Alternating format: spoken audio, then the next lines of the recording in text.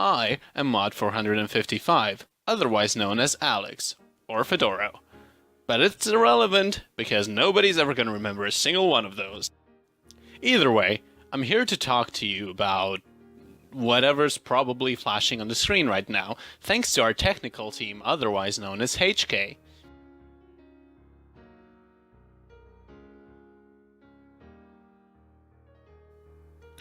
Motion values? What do they mean? Well, a motion value is the percentage of damage done based on your weapon's attack and the type of attack you do.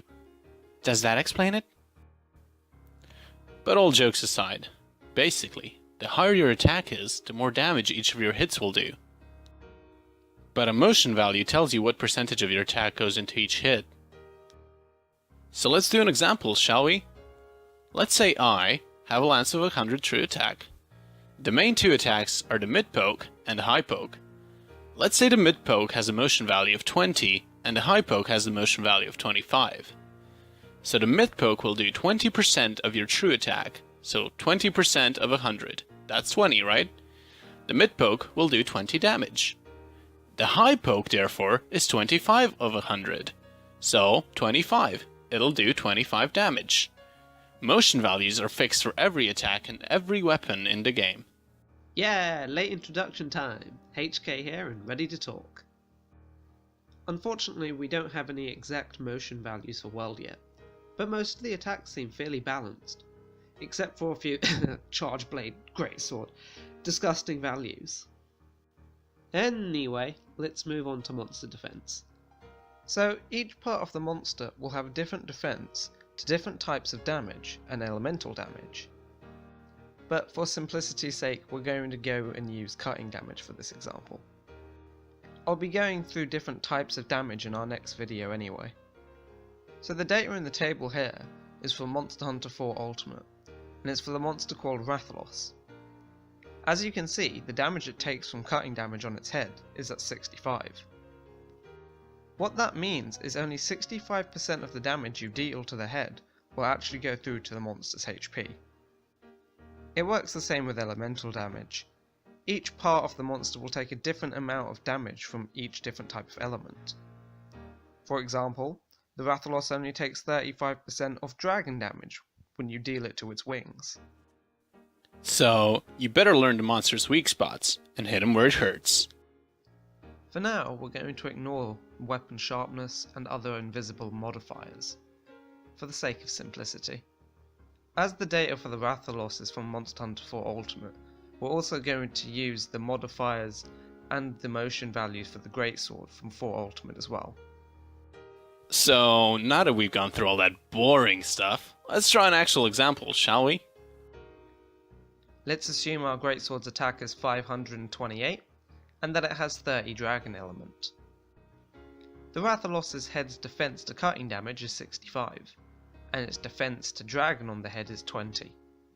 So first things first, let's get the true attack of our Greatsword.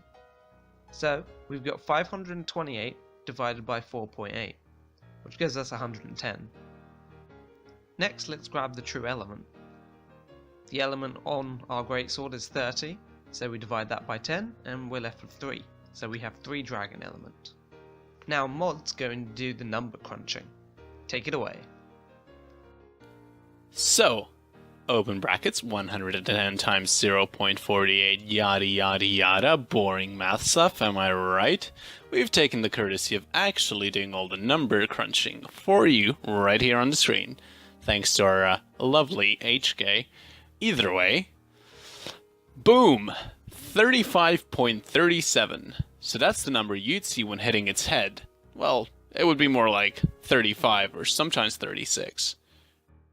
Now, we used to always round the figures down, but in Monster Hunter World, if your decimal is 0.5 or higher, you can actually round up.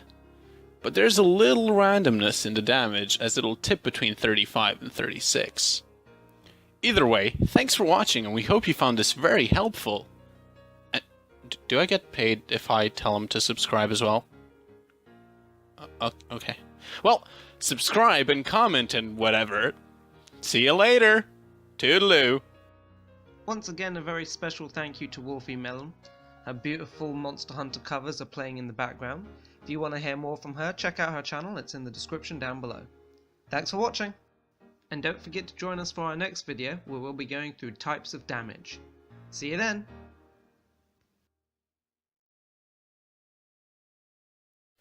Hello there, and I'm but Bill, I can't fucking read the script if you're flashing it by too quickly.